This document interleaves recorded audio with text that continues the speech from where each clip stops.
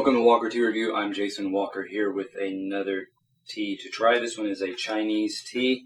It's got a larger size leaf than what you may have seen before, and this is actually smaller than a lot of the others that I have seen for this particular type of tea. I have a 3-ounce gaiwan here, about 3 ounces, and I'm going to put in enough, although it's going to be kind of tough to save, but I want enough to cover the bottom inch to inch and a half diameter of my gaiwan. These leaves, because they're long, they're just kind of laying up against the side of the gaiwan rather than down in the bottom, but that looks like it will do quite well. Now I'll put in one more leaf just to be on the safe side.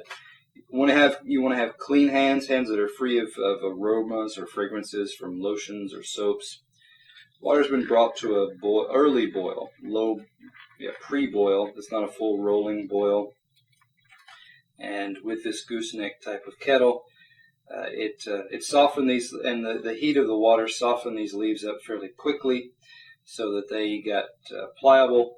The leaves are tucked underneath the surface of the water, which is good. I've got a little bit of water above the rim of my lid, which is good. It keeps the air out, and it keeps the air from changing the color of the liquor while I introduce this tea.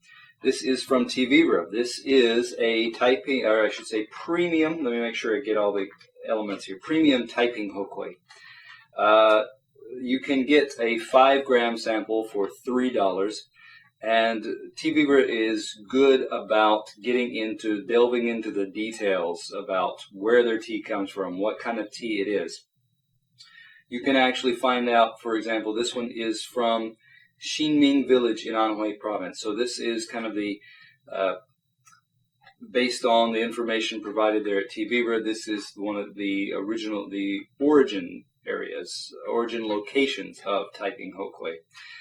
You can find out harvest time listed on the product page, April 25th, 2014. So it was a nice early date spring.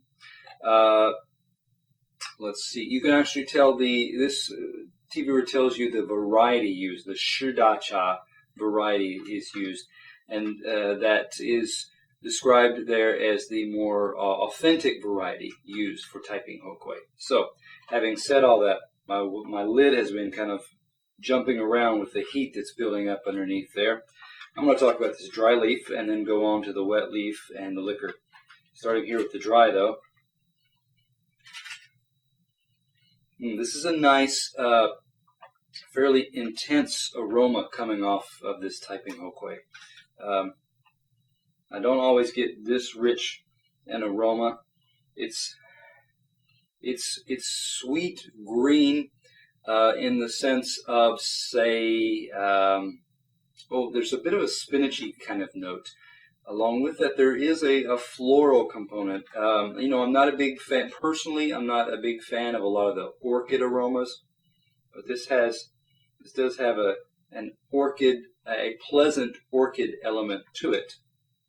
So I would say, and then underneath that, I'm getting a little bit of a kind of a heat note. There's a little bit of a lightly baked, toasted, not so much bread, but something thinner. Something lighter, like a naan or a cracker.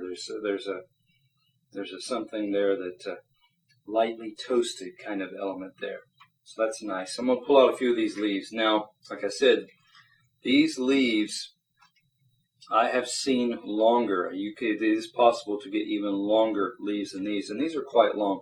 And very thin and brittle.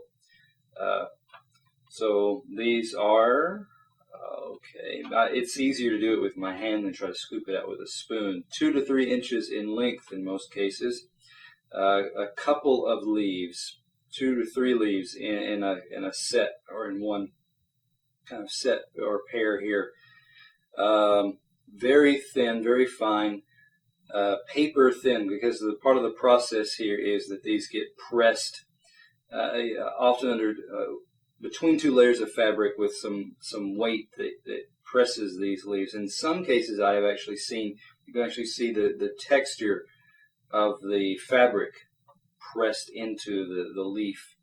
So these are very very delicate, and the color, these are a nice, rich, deep emerald, green bluish almost color to them, with some aspects, especially more on the stem, the connecting portion between the leaves.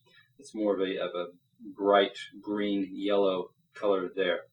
So nice bright leaves, full aroma, good positive aspects there.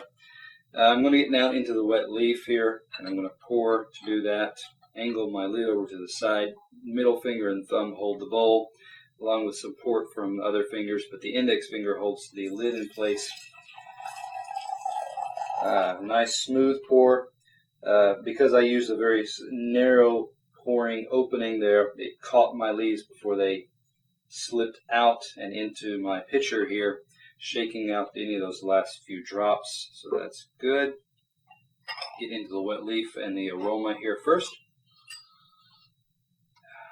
There's a beanie element here. I encounter that frequently with the Chinese greens and some of the heating processes used with those. There's a lima bean kind of element there. Notes on the inside of the lid here are lighter. A gentle sweetness, a very faint sweetness going on. Sweet pea flower, maybe.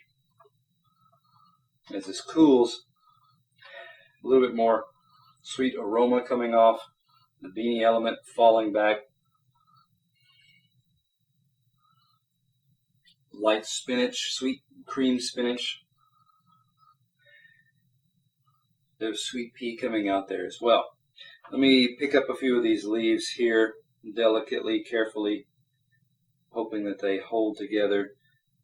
Here's one you can see, for example, very similar to what we saw in the dry leaf, but these leaves are now pliable enough you can open them up, flatten them out, and see these are long, slender leaves.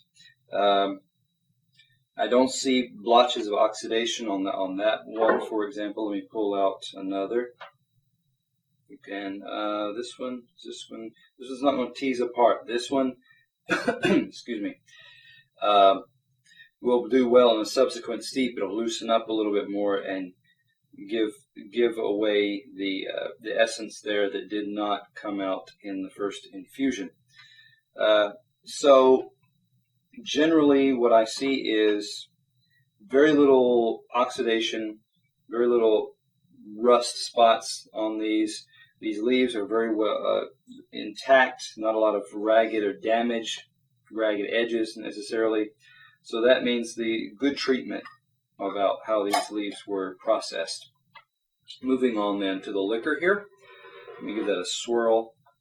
A nice green-yellow color, a bit on the greener end of the spectrum, so that's kind of nice. Sweet corn smells coming off there.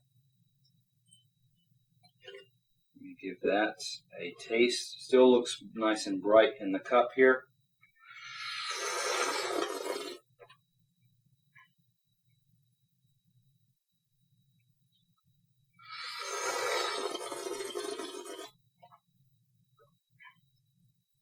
Starchy astringency, picked up on that.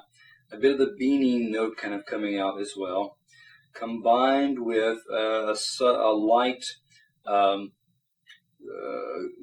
cream spinach coming out again, a little bit of a very gentle kind of orchid fragrance picking up there.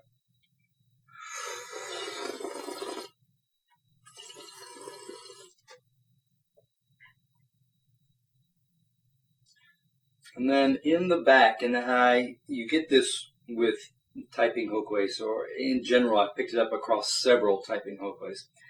There's in the back, there's this kind of a very light black pepper bite to it. And it comes just going to have, as with a gasp, a very suck of air there. and it just kind of pops there for a second. You get this kind of peppery note.